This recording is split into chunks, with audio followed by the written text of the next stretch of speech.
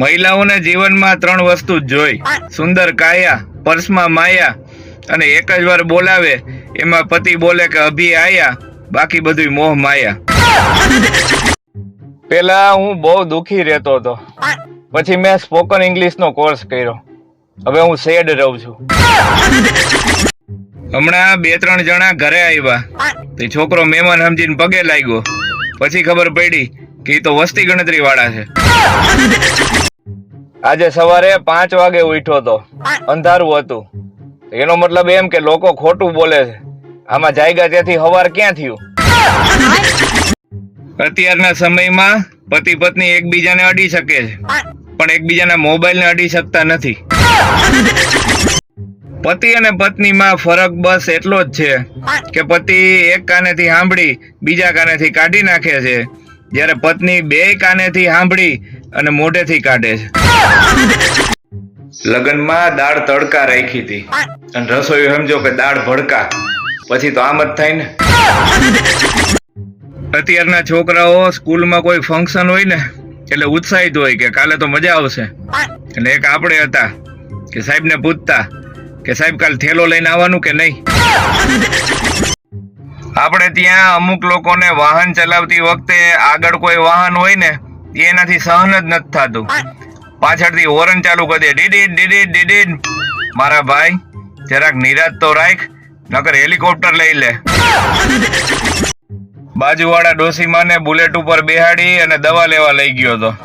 તે કોકે ફોટો પાડીને વાયરલ કરી દીધો અને નીચે લખ્યું કે પ્રેમ કરવાની કોઈ ઉંમર ન હોય વાલા.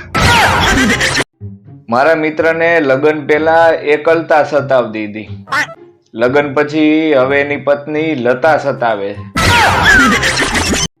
પોલીસ વાળા કેદીઓને કે તમે કેમ કૂદીને ભાગી ગયા? ઓલા કે જમવાનું સારું નતું મળતું સાહેબ. એમ તો આ સળિયા શેનાથી કાપ્યા?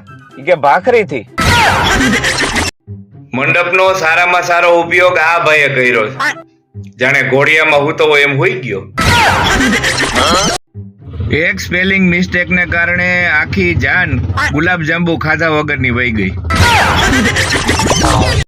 તો આ ફોટા ઉપરથી તમને ખબર પડશે મિત્રો કે પુરુષોનું ડ્રાઇવિંગ શા માટે સીધું હોય છે અને સ્ત્રીઓનું ડ્રાઇવિંગ શા માટે ગમે એ બાજુ જાય એ નક્કી નહીં એવું હોય છે. ડોક્ટરે બહારનું ખાવાની મનાઈ કરી હતી, પછી અંદરનું ખાતા તો આપણને આવડે ને.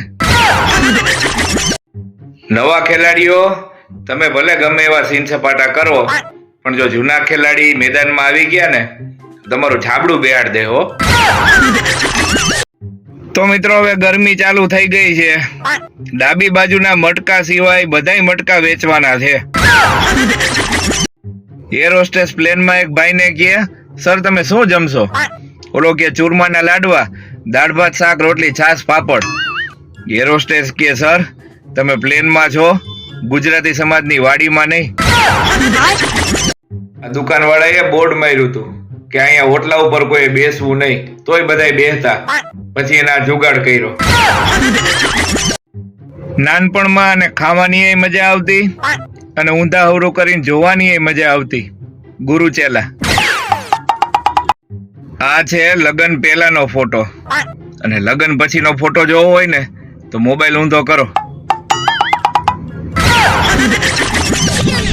જ્યોતિષ એક જણાનો હાથ જોઈને કે તમને 1 વર્ષ તકલીફ રહેશે.